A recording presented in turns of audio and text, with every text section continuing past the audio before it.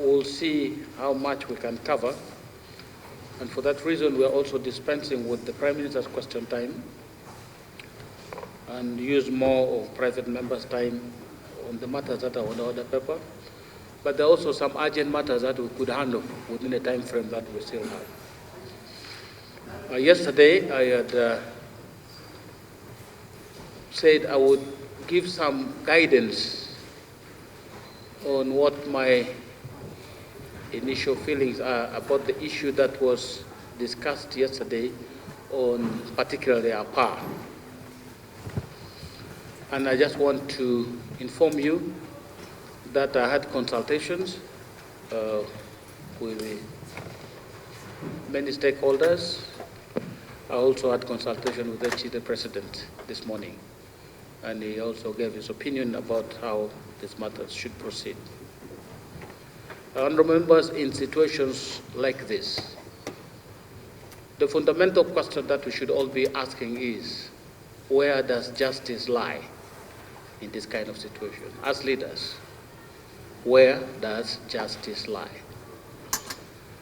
And once we agree on where justice lies, we walk that journey together as leaders to find solutions that are lasting for everybody.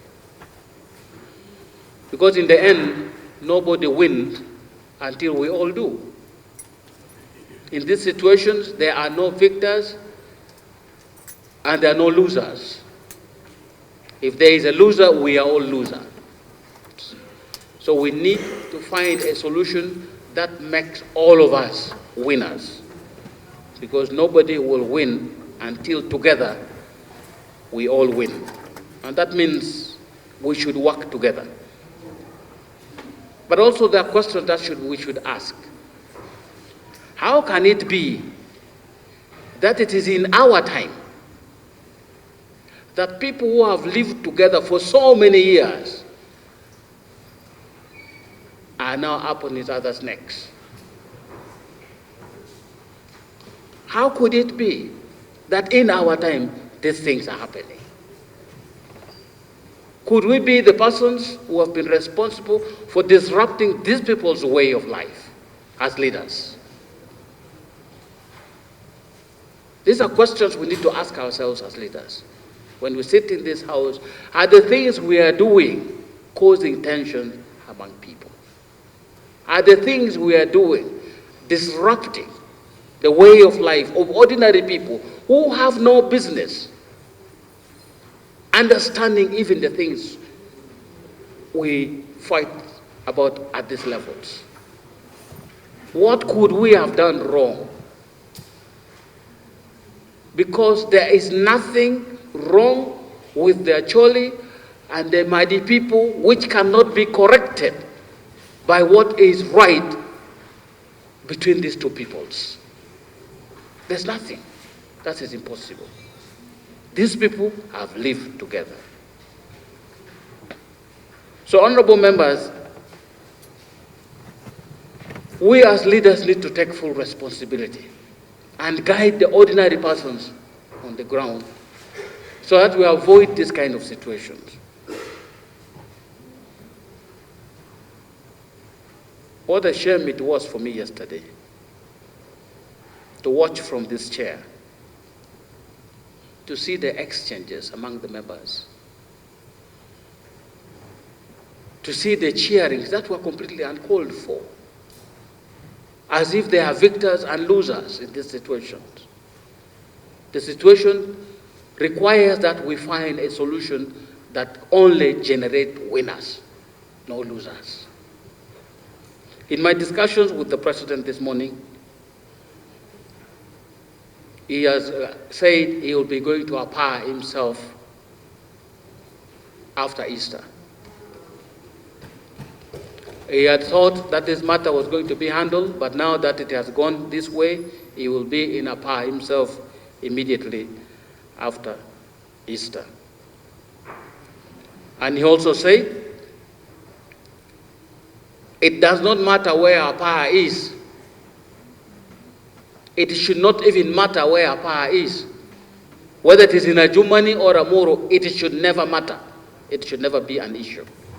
because Ugandans can live anywhere in this country.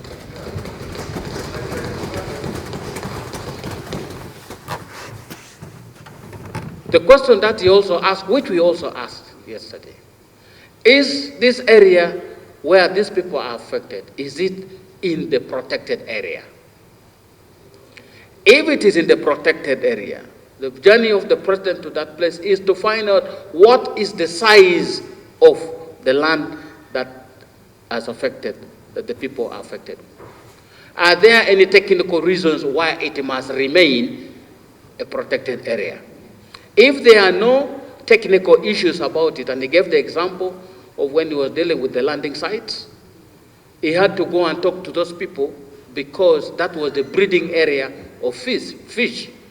So he could not allow them to do the activities they were doing because it would interfere with the breeding of the fish. If there are technical reasons to stop people from living in that area, he would also understand from there.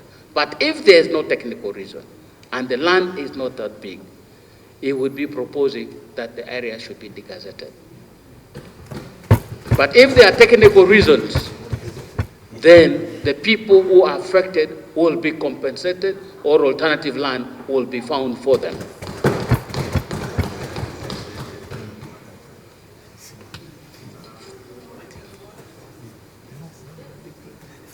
And he said, if those people who are affected had land rights, I'm just repeating, land rights in the areas that are affected, they would be compensated or they will be resettled. And it will not be, if they are in the area which is already protected and they are there illegally, then you will find a way of giving them some kind of support to let them leave the area that is already protected. But if it is true that the land, by the time it was gazetted, they were living there, then an alternative would be found in the way of compensating them. And the president said he did not know about the eviction. And if he had been notified, he would have suggested alternative methods of dealing with the people who are in the protected areas. So that is what we discussed with the president this morning. And I would urge that let's leave it for now like that and wait for His Excellency the President to go with the leaders who will be notified from Adjumani, from Amoro. They all go with the President there and talk to the people and see if a solution can be found that can make all of us winners and not losers. Not one side claiming winning, not one side claiming losing, but everybody wins because these people have lived together. The markets that they used to share, the merrymaking that they used to make in those areas have been disrupted by the operations of some of us, which is not proper. So let's see how to support this process and find a lasting solution for these people to continue with the life they have always lived. That is the only life they know, that they are together as a people, sharing market, sharing water points, sharing everything. That is what they should continue, so that we become all winners in this situation.